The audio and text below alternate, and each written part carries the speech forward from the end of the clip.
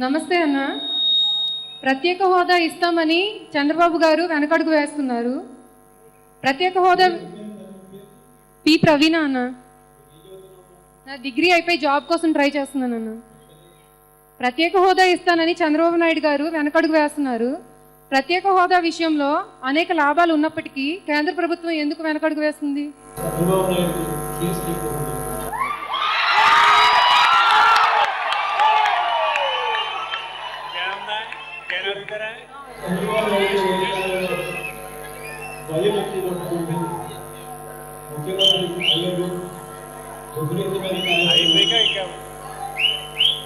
డబ్బులు ఇస్తూ red handed గా పట్టుకున్న పరిస్థితిని మనం అంతా కూడా చూసాం.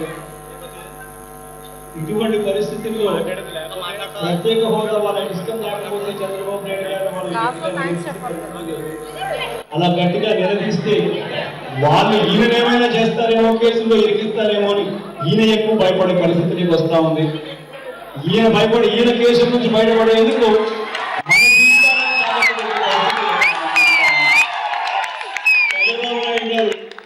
ఈయన్ని కావాలంటే మనం గట్టిగా ఒత్తిడి తీసుకొస్తేనే చంద్రబాబు నాయుడు గారు ఈయన అవుతారు. చంద్రబాబు నాయుడు గారి మీద మన ఒత్తిడి ఎక్కువ తీసుకొచ్చే కార్యక్రమం రాబోయే రోజుల్లో అందరం కలిసికట్టుగా చేస్తేనే సాధ్యమవుతుంది. ఇది గట్టిగా అందరం కలిసికట్టుగా చేయాల్సిన. థ్యాంక్స్ అన్న.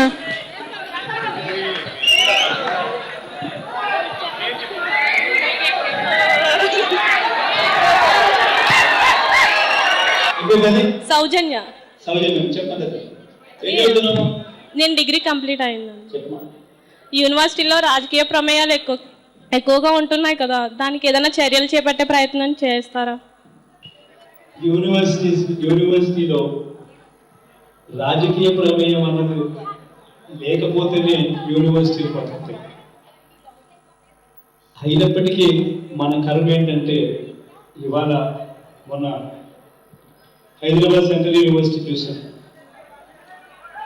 ఒక పిల్లాడిని వేధించేందుకు ఒక కేంద్ర మంత్రి కేంద్రానికి మరో కేంద్ర మంత్రి లెటర్ రాయడం, ఆ కేంద్ర మంత్రి రాసిన లెటర్ ఆధారంగా ఆ హెచ్ఆర్డి మినిస్ట్రీ 5 సార్లు బీసీకి లెటర్లు రాసి ఒత్తిడి తీసుకొని వచ్చి రాజకీయ ప్రమేయం అంత తీవ్రంగా ఉన్న పరిస్థితుల్లో ఆ పిల్లాడు ఆ పిల్లాడు మీద యాక్షన్ తీసుకోవడం, ఆ పిల్లాడు చనిపోవడం, మన కన్న ముందరిని ఆ పిల్లాడు సూసైడ్ చేసుకునేంత దూరం పోవడం మన కన్న ముందరిని మనం చూసాం.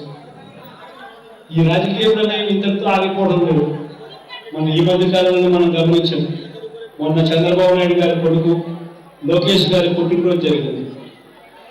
ఆంధ్ర యూనివర్సిటీ మనం అందరం గమనిస్తే ఏకంగా వీసీడీ పోయి కేక్ కట్ చేస్తాం. చంద్రబాబు నాయుడు గారి కొడుకు పుట్టినరోజుకు ఫోటో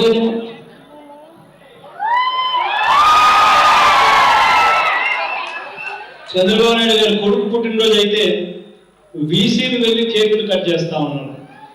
ఇంత దారుణంగా రాజకీయాలతో ఈ యూనివర్సిటీస్ ముడిపడి ఉంటే ఈ వ్యవస్థ ఎప్పుడూ బాగుపడదు. ఇది ఇంతటితో కూడా ఆగడం లేదు. మనం ప్రత్యేక హోదా కోసం, పిల్లల్ని ఎడ్యుకేట్ చేయడం కోసం, పిల్లలు అవేర్నెస్ క్రియేట్ చేయడం కోసం మనం యూనివర్సిటీస్ క్యాంపస్ అడిగితే ఆ యూనివర్సిటీస్ క్యాంపస్లు ఇవ్వడం కారణం ప్రత్యేక హోదా అన్నది బయటికి పోతే పెద్దదవుతే పిల్లల్లో అవేర్నెస్ పెరిగితే అది ప్రభుత్వానికి ఇబ్బంది అని చెప్పి. కానీ ఈ మాదిరిగా రాజకీయ పార్టీకి ఒక రాజకీయ పార్టీ ఆ రాజకీయ పార్టీని పెంచేందుకు ఈ మాదిరిగా బీసీలే సాక్షాత్తుగా అన్ని మర్చిపోయి వెళ్ళి కేకులు కట్ చేస్తూ ఉంటే నిజంగా వ్యవస్థ అన్నది ఎప్పుడు బాగుపడదు. ఈ వ్యవస్థ నిజంగా బాగుపడే రోజు ఖచ్చితంగా వస్తుందమ్మా. మన ఒత్తిడి తీసుకోవడం వల్ల ఖచ్చితంగా వస్తుంది. ఖచ్చితంగా ఒత్తిడి గట్టిగా తీసుకొస్తాం. తీసుకోండి.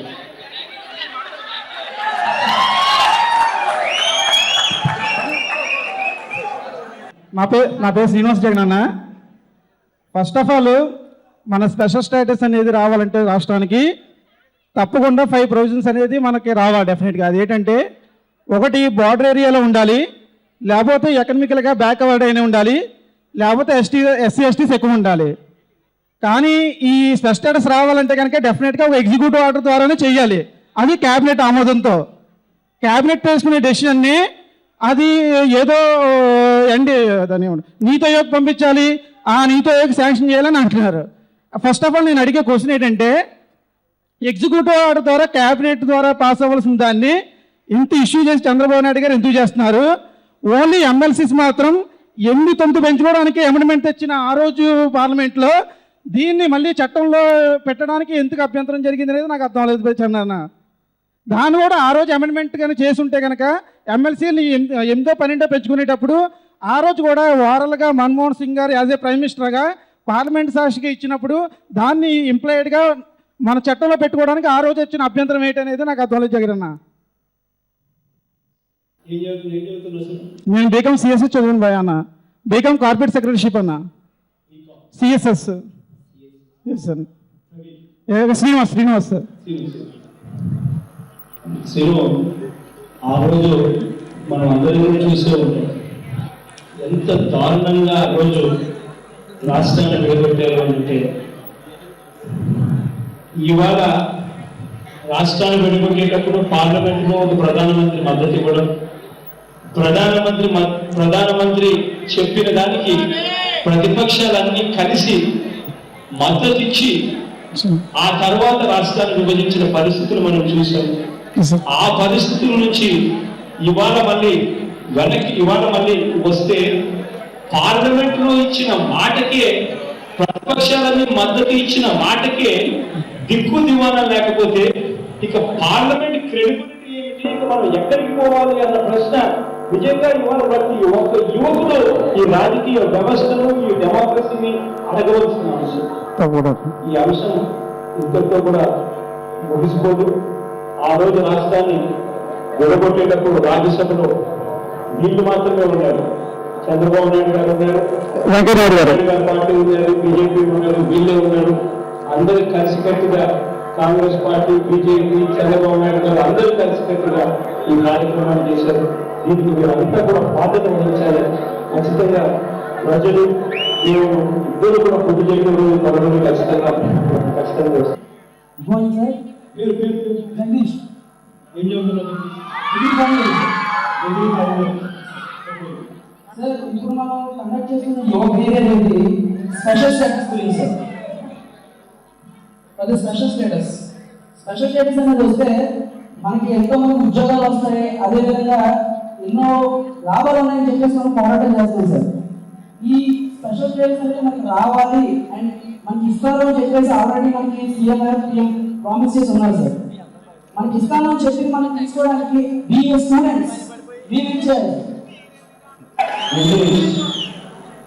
ఇవాళ మన కర్మ ఏంటంటే రాజకీయ నాయకులకి వాళ్ళ పెనుగురికి సున్నాల పరిస్థితి.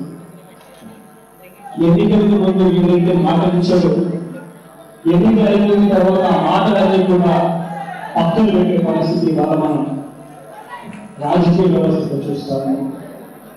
ఇదే చంద్రబాబు నాయుడు గారు ఎన్నికలకు ముందు ఇచ్చిన మాటలు ఇవాళ ఎన్నికలు అయిపోయిన తర్వాత పూర్తిగా అబద్ధాలు చెప్తా ఉన్న పరిస్థితులు మనం అంతా కూడా గమనిస్తాము. ఈ రాజకీయ నాయకులకు మళ్ళీ ఒకసారి షాక్ ట్రీట్మెంట్ ఇవ్వాలి. వీళ్ళందరికీ కూడా మళ్ళీ గుర్తు తేవాలి, గుర్తుకు తీసుకొని రావాలి. వీళ్ళందరికీ ఎన్నికలకు ముందు ఏ మాట చెప్పారు, ఎన్నికలు అయిపోయిన తర్వాత ఏం చేస్తా ఉన్నారు అన్నది. దాంట్లో భాగంగా ఖచ్చితంగా అందరం కలిసి ఒకటే ఇంకా రాబోయే రోజుల్లో ఇంకా యాజిటేషన్స్ ఉధృతంగా కూడా పార్టిసిపేట్ చేయాలి. ఖచ్చితంగా ఈ డిమాండ్ మనం లైవ్గా పెట్టాలి. ఈ డిమాండ్ మనం లైవ్గా పెట్టకపోతే రాష్ట్రం ఈ డిమాండ్ ఇద్దరితో ముగిసిపోతుంది. ప్రత్యేక హోదా అన్న అంశమే పూర్తిగా సమస్యపోతుంది. కాబట్టి దీనికోసం ఒక ప్రత్యేకంగా ఇవాళ ఏం చేయాలి అన్నది విప్లవాలు పట్టాలి. ఖచ్చితంగా అందరం రాబోయే రోజుల్లో ఇంకా ఎక్కువ ఉద్యమాలు చేయాలి. అందరం కలిసి ఇంకా పోరాటం చేయాలి. ఆ పోరాటం చేసే విధంగా రాబోయే రోజుల్లో ప్రణాళికలు పెట్టాము, రాబోయే రోజుల్లో ప్రణాళికలు తీసుకొచ్చి ఉన్నట్టుగా పెట్టాము. అందరం కలిసికట్టుగా చేస్తాం. యాజ్ ఏ డెమోక్రసీలో మనం డెమోక్రటిక్ కంట్రీలో మనం ఉంటూ మన రైట్స్ మనం సాధించుకోవడం కోసం ఇలాంటి ఎవియేషన్స్ చేయాల్సిన అవసరం లేదు.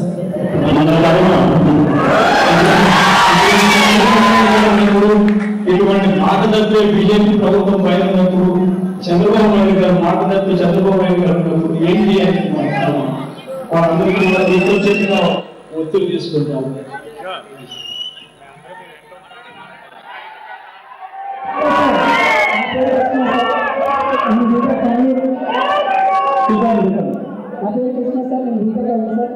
ఈ ఇయర్ బీటెక్ కంప్లీట్ అయింది సార్. అది నేను రీసెంట్గా హైదరాబాద్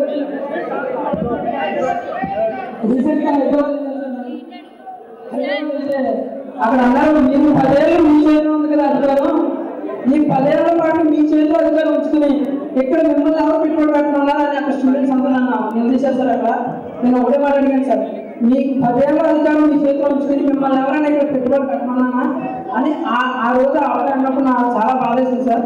తర్వాత ప్రత్యేక హోదా అనే ప్రతి విషయంలో పాయింట్ రాసుకున్నాం సార్ మిమ్మల్ని అడగాలని. అన్ని ప్రాంతాలను ఈక్వల్గా డెవలప్ చేయాలి సార్. అన్ని ప్రాంతాలు ఈక్వల్గా డెవలప్ అయినప్పుడు మాత్రమే మన అన్ని గ్రామాలు, రిమోట్ ఏరియాస్, పల్లెటూరు ఉన్న సార్ ప్రాంతాలు ఉన్నాయి సార్. అయితే నాకు అలాంటి ప్రాంతాలతో చాలా రిస్ట్రిక్షన్లు అయితే అవన్నీ సార్ ఖచ్చితంగా విజయవాడలోనే పెట్టుబడులు మొత్తం విజయవాడలో పెట్టొద్దని చెప్తున్నాను సార్. డీసెంట్రలైజ్ గా డెవలప్మెంట్ ఉండాలి. ఇప్పుడు ఏం డెవలప్మెంట్ జరగాలి, డెవలప్మెంట్ జరగాలి కానీ సరిసరి తిరుగుతూ చేసుకొస్తాం. ఏం పేరు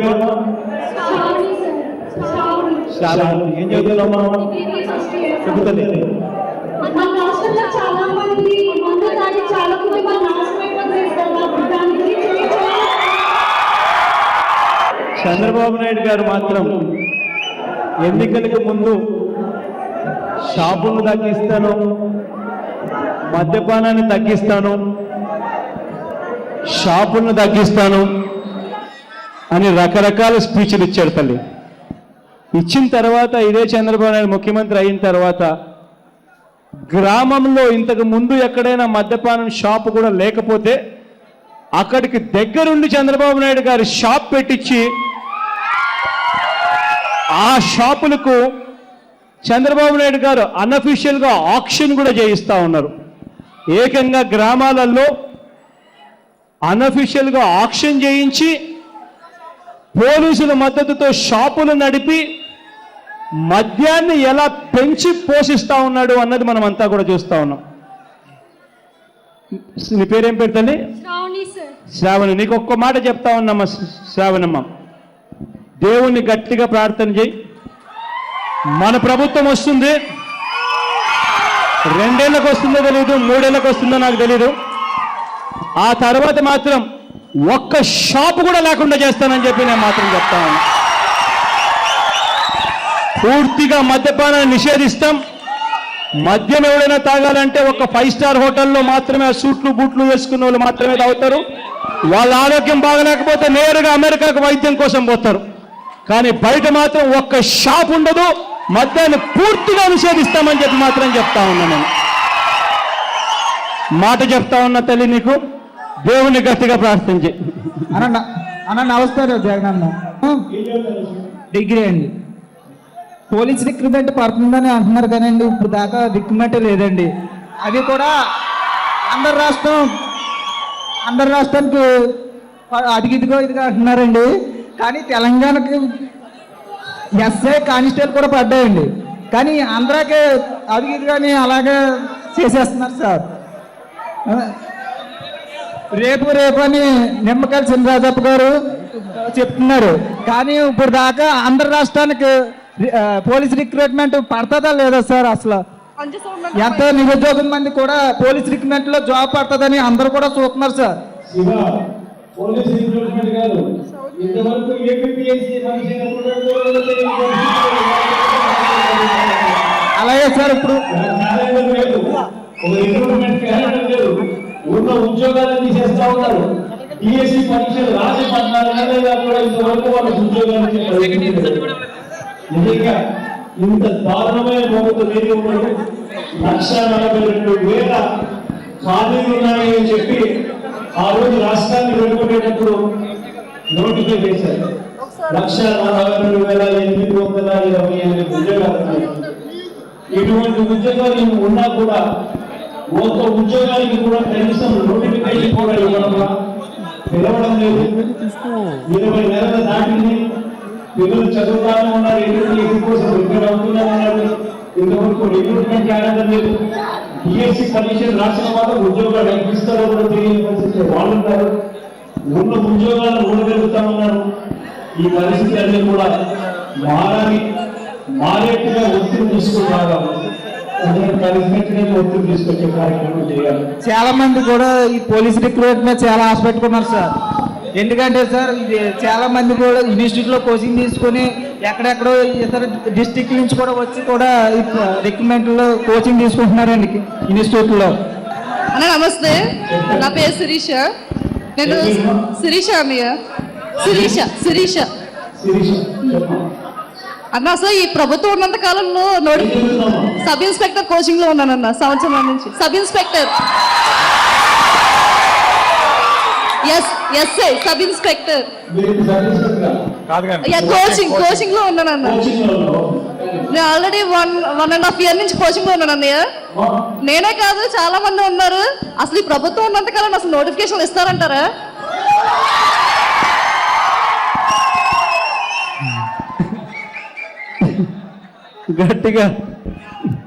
గట్టిగా ఒత్తిడి తీసుకొద్దాం తల్లి. మన కర్మ ఏంటంటే చంద్రబాబు నాయుడుకి చర్మం ఇంత లావు అయిపోయింది ఈ మధ్యకాలంలో. ఇంతకు ముందు ఒక సామెత ఉండేది, మనిషికి ఒక మాట పశువుకు ఒక దెబ్బ అని. చంద్రబాబు నాయుడు గారిని ఏమనాలో నాకైతే తెలియదు. ఎంత చెప్పినా ఏమన్నా కూడా ఏమాత్రం కూడా ఆయనకు కాస్త కూడా సిగ్గు ఎగ్గు అన్నది కనిపించడంలో. గట్టిగా ఒత్తిడి తీసుకొద్దాం తల్లి. కనీసం నువ్వన్న మాటలన్నా ఆయనకైనా తగిలి కనీసం ఇప్పటికైనా ఆయనకి ఏమన్నా సిగ్గుతో ఏమన్నా ఎగ్జామ్స్ ఏమన్నా నోటిఫై చేస్తాడేమో. గట్టిగా ఒత్తిడి తీసుకొద్దాం. రమేష్ అన్న, చిన్న రిక్వెస్ట్ అన్న, నేను మీ అభిమాని, ఒక్క చిన్న ఫోటో అన్న ప్లీజ్, ఒక్క చిన్న ఫోటో చేసుకుని ఉంటుంది.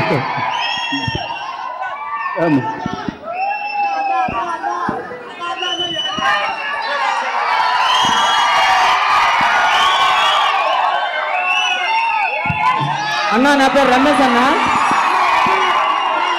అన్న నా పేరు కే రమేష్ అన్న. ఇప్పుడు పోలీసే ప్రపంచంగా బ్రతికే వాళ్ళ పరిస్థితి అన్న. ఇప్పుడు 5 సంవత్సరాలు అవుతుందన్న నోటిఫికేషన్ తీసి. పోలీసే ఊపిరిగా బతికేవాడి పరిస్థితి అన్న. అసలు పోలీసు నోటిఫికేషన్ ఇప్పుడు 27 సంవత్సరాలు సార్ అన్న నోటిఫికేషన్. 27 సంవత్సరాలు లాస్ట్ స్టేజ్, 25వ సంవత్సరంలో ఉన్నాడు పరిస్థితి అన్న. ఇప్పుడు 4 సంవత్సరాలు అంటే ఆడ ఎలిజిబుల్ కాదు, ఆడ పరిస్థితి అన్న. ఇప్పుడు 5 సంవత్సరాల నుంచి నోటిఫికేషన్ లేదు. ఇప్పుడు నేను 3 సంవత్సరాల నుంచి ఎక్కడొక్కడ చదువుకుంటాను. అయినా ఇప్పుడు ఎడ్ల పందాలకు వస్తే నోటిఫికేషన్ అంటారు. ఆ భయంతో వచ్చి స్టూడెంట్స్ పట్టణాల్లో చదువుకుంటారు అన్న. అది అయిపోయింది. నెక్స్ట్ పాస్కి వెళ్తామంటే నోటిఫికేషన్ అంటారు. ఆ భయంతో కూడా వచ్చి స్టూడెంట్స్ చదువుకుంటారు అన్న. కానీ ఆ నోటిఫికేషన్ వస్తుందో రాదో తెలియదు, కానీ నోటిఫికేషన్ కోసం పోలీస్ అన్నాడు ఆత్మహత్య చేసుకునే స్థితికి వచ్చిందన్న. ఈరోజు మీ ప్రభుత్వం ఏ ప్రభుత్వం అని, కానీ ఇలాంటి ప్రభుత్వాన్ని నేను పుట్టించోట్లేదన్న, నేను పుట్టించోట్లేదు. దానికి మీరే అసెంబ్లీలో ఏదైనా ఒత్తిడి తెచ్చి నిరుద్యోగతకు కొంచెం ఉపాధి కల్పించండి అన్న. గట్టిగా ఒత్తిడి చేద్దాం రమేష్. ఏం పేరు తల్లి? ఈశ్వరి. ఏం చదువుతున్నామ్మా? బీటెక్ చదువుతున్నాను. బీటెక్. బాబు వస్తే జాబ్ గ్యారంటీ అని చాలా బాగా చెప్పాడన్నా. చాలా బాగా చెప్పాడు. ఫేస్బుక్ లో ఏంటి, వాట్సాప్ లో ఏంటి, కానీ ఏం చేస్తున్నాడన్నా 2 సంవత్సరాల నుంచి ఏం చేస్తున్నాడన్నా? బీటెక్ ఏం చదువుతున్నామా? ట్రిపుల్ ఈ అన్నయ్య, సెకండ్ ఇయర్. బీటెక్ ట్రిపుల్ చదువుతా ఉన్నావా? బాబు వస్తే జాబ్ వస్తుందని ఆ రోజు అన్నాడు. ఇవాళ బాబు అయితే వచ్చాడు, కానీ ఉన్న ఉద్యోగాలు కూడా పెరుగుతా ఉన్నాడు. ఇంటింటికి 2000 ఇస్తానన్నాడు, జాబ్ ఇవ్వకపోతే. ఒక్క ఇంటికి కూడా 2000 రూపాయలు ఇచ్చిన పాపాన పోలేదు. ఇటువంటి చంద్రబాబును నమ్ముకొని మేము చదువులు ఎలా చదవాలి అని చెప్పి అడుగుతా ఉన్నావు తల్లి. అవునండి, బీటెక్ చదివే వాళ్ళు ఇప్పుడు దొంగతనాలు చేస్తున్నారు, నక్సలైట్లు అవుతున్నారు అంటున్నారన్న. మాకు భయంగా ఉందన్న. మేము బీటెక్ చదవాలంటేనే భయంగా ఉందన్న. గట్టిగా ఒత్తిడి తీసుకుంటా ఉంది తల్లి. స్పెషల్ స్టేటస్ తెచ్చుకుంటేనే మార్పు వస్తుంది. గట్టిగా ఒత్తిడి తెద్దాం. అన్న, నా పేరు Rahul, MTech structural engineering student, Andhra university sir. Andhra university నుంచి వచ్చానన్న, స్ట్రక్చరల్ ఇంజనీరింగ్ స్టూడెంట్.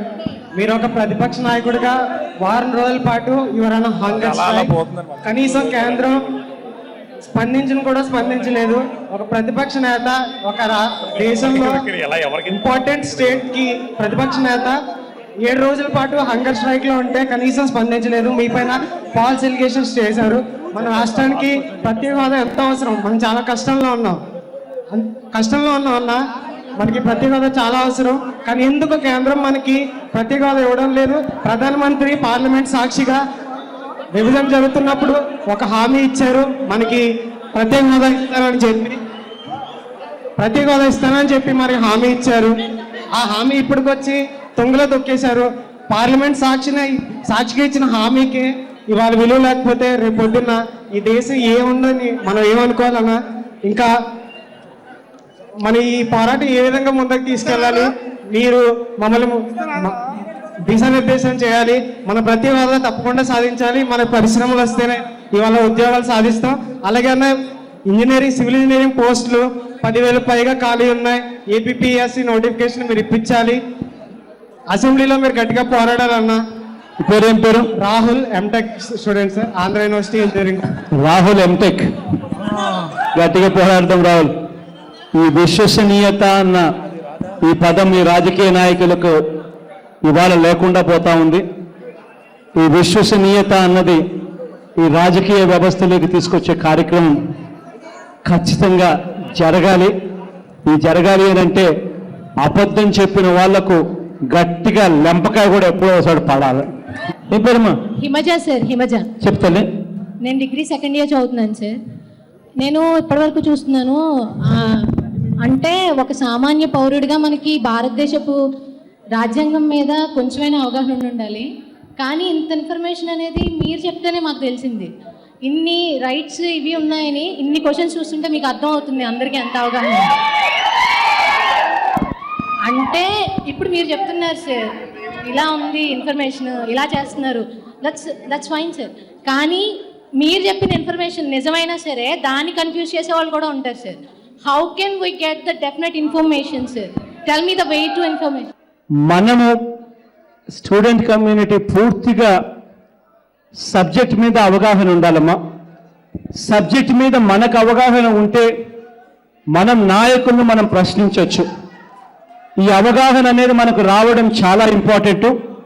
అందుకని మీ అందరికీ కూడా నేను చెప్తా ఉన్నాను, అవగాహన కోసం అని చెప్పి మనం చేయవలసిందల్లా ఏమీ లేదు. హిమజమ్మ తల్లి నెట్లోకి వెళ్ళి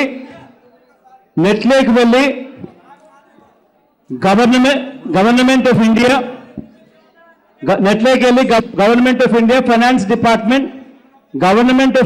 ఫైనాన్స్ డిపార్ట్మెంట్ స్పెషల్ స్టేటస్ అని చెప్పి మీరు కొట్టండి. మీకు రకరకాల వెబ్సైట్స్ ఓపెన్ అవుతాయి తల్లి. ఇందులో ఇటువంటి వెబ్సైటే ఒకటి ఓపెన్ అయినది, పార్లమెంట్ రీసెర్చ్ సెంటర్ అని చెప్పి పార్లమెంటేరియన్స్కి అందరికీ కూడా రీసెర్చ్ మెటీరియల్ ఇచ్చే వెబ్సైట్ ఒకటి. పార్లమెంటేరియన్స్కి కూడా ఇటువంటి వెబ్సైటే పిఆర్ఎస్ అనే వెబ్సైట్ ఒకటి. Government of India finance department special status అని కొడితే వెబ్సైట్స్ ఓపెన్ అవుతాయి తల్లి. దాంట్లో this is parliament research centre, PRS centre, parliament research centre. దీంట్లో ఈ డాక్యుమెంట్స్ అన్నీ కూడా డౌన్లోడ్ చేయొచ్చు. ఈ డాక్యుమెంట్స్ అంతా కూడా కేవలం ఈ 2 పేజీలు 3 పేజీలు డాక్యుమెంట్స్ చదివితే చాలు.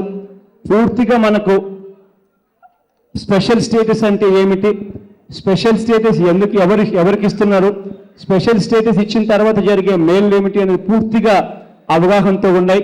దీంతోనే plan grants, non plan grants, plan non plan, finance commission, planning commission, వాళ్ళ పరిధి ఏమిటి, వాళ్ళు చేసేది ఏమిటి అన్నీ కూడా డీటెయిల్డ్గా ఉన్నాయి తల్లి. ఈ డీటెయిల్స్ అన్నీ కూడా మీరు తీసుకుంటే రేపొద్దున చంద్రబాబు నాయుడు గారి దగ్గర నుంచి ఇంకా ఎవరైనా మంత్రులు ఎవరైనా మీ దగ్గరికి వచ్చి రకరకాలుగా ఏదైనా చెప్తే వాళ్ళందరికీ కూడా మీరు కౌన్సిలింగ్ చేయొచ్చు, మీరు అందరికీ కూడా ట్యూషన్లు చెప్పొచ్చు. మాకు చెవుల్లో ఏదైనా పూలు కాలీఫ్లవర్లు ఏమైనా ఉన్నాయా అని చెప్పి కూడా చూపించవచ్చు.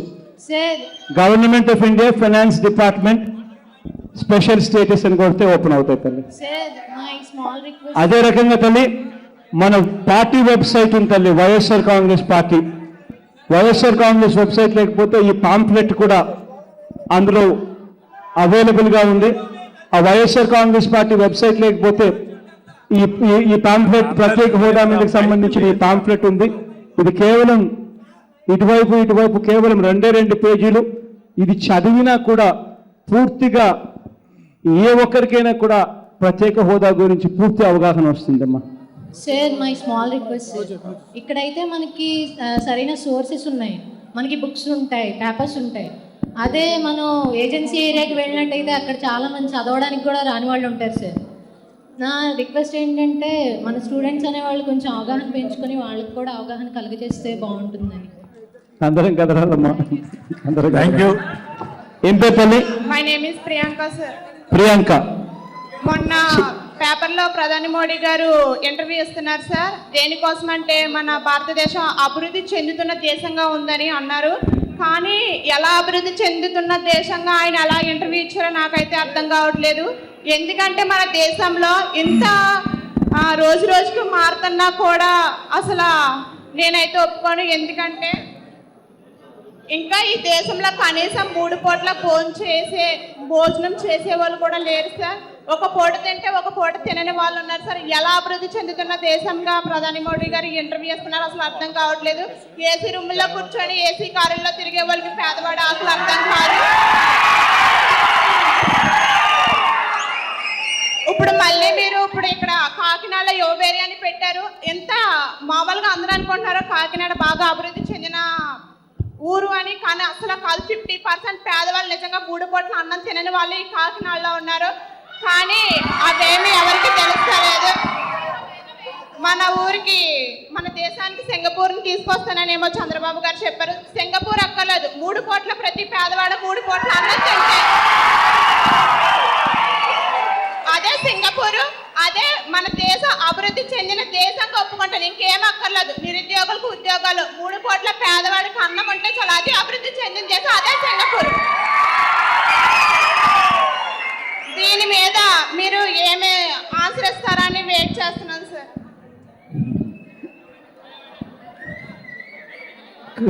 కనీసం మీ మాటల ద్వారా అన్న పాలకులకు జ్ఞానోదయమై మీ ఆలోచన చేస్తారేమో అని చెప్పి ఆశిద్దామ్మా. చెప్పమా. నాకు డౌట్ అన్న, కేంద్ర ప్రభుత్వం చట్టం చేయలేదని, ప్రత్యేక హోదా గురించి చట్టం చేయలేదని వెంకటనాయుడు వాళ్ళు అంటున్నారు. మీరేమో చట్టం చేశారంటున్నారు. వాళ్ళ మాటలు నమ్మాలా మీ మాటలు నమ్మాలా? అసలు ప్రత్యేక హోదా వస్తుందా రాదా? మేము ఉద్యోగాలు చేస్తామా చేయమా అని మాకు గ్యారంటీ ఇవ్వండి సార్. మీ పేరేం పేరమ్మా? బాలా సార్. బాలమ్మ తల్లి, ప్రత్యేక హోదా అంటే ఏమిటి, ప్రత్యేక హోదా వల్ల జరిగే మేళ్ళు అనేటి ఏమిటి అన్నది ఇంతకుముందే నేను చెప్పా. పోయి నువ్వంతకు నువ్వే నెట్లోకి వెళ్ళి government of India finance department ప్రత్యేక స్పెషల్ స్టేటస్ అని కొట్టండి. వేరియస్ వెబ్సైట్స్ ఓపెన్ అవుతాయి. దాంట్లో పిఆర్ఎస్ పార్లమెంట్ రీసెర్చ్ సెంటర్ నుంచి డేటాని మీకు అవైలబుల్గా వస్తాయి. ఆ డేటా కనుక చూస్తే మీకే అర్థమవుతుంది ప్రత్యేక హోదా వల్ల మనకు జరిగే మేళ్ళు ఏమిటి అన్న సంగతి. ఇక ప్రత్యేక హోదా వల్ల ఎన్ని మేళ్ళు మనకు జరగడమే కాకుండా ప్రత్యేక హోదా ఇంతకు ముందు ఇచ్చిన రాష్ట్రాలకు ఇదివరకే 11 రాష్ట్రాలకు ఇచ్చారు. వాటికి అన్నిటికీ కూడా ఏ రకంగా మేళ్లు జరిగాయి అన్నది కూడా క్లియర్గా మనకు కనిపిస్తూ ఉన్నప్పుడు, అర్థమవుతా ఉన్నప్పుడు, మన రాష్ట్రంలో మనకు ప్రత్యేక హోదా పార్లమెంటులో మనకు మాట ఇచ్చి, ఆ మాట ఇచ్చి అధికారంలో ఉన్న ఆ రోజు అధికారంలో ఉన్న ప్రధానమంత్రి మాట ఇచ్చాడు. ప్రతిపక్షంలో ఉన్న సభ్యులు టీడీపీ, బీజేపీ వాళ్ళందరూ కూడా దానికి సపోర్ట్ చేశారు.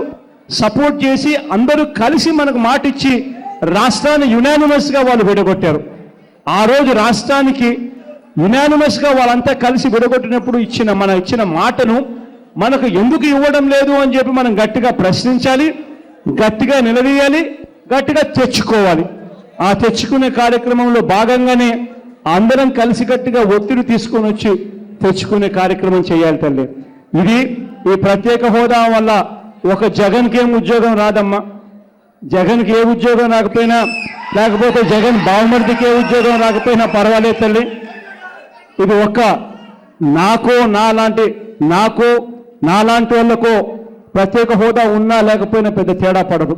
కానీ ఎవరికి తేడా పడుతుంది అంటే డిగ్రీ చేత పుచ్చుకొని ఉద్యోగాల కోసం కాళ్ళు అరిగేలా తిరుగుతా ఉన్న సామాన్యమైన మనందరి కోసం ఉపయోగపడుతుందని మాత్రం మర్చిపోకూడదు.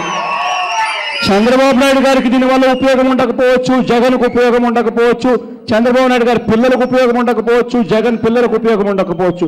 కానీ సామాన్యునికి పడినప్పుడు, సామాన్యునికి ఉపయోగపడే విధంగా చెయ్యనప్పుడు ఆ లీడర్షిప్ పొజిషన్లో ఉండడం ఎందుకు అని చెప్పి గట్టిగా మనం అంతా కూడా ప్రశ్నించాల్సిన అవసరం ఉన్నది. ఇది అందరం కలిసి గట్టిగా పోరాడదాం తల్లి. Thank you sir. जनगण मन अधिनायक जय हे भारत भाग्य विधाता पंजाब सिंधु गुजरात मराठा द्राविड उत्कल बंगा विंध्य हिमाचल यमुना गंगा उच्चल जलधि तरंगा तब शुभ नामे जागे तब शुभाशिष मागे गाहे तव जय गाद जनगण मंगलदायक जय हे भारत भाग्य विधाता जय हे जय हे जय हे जय जय जय जय हे।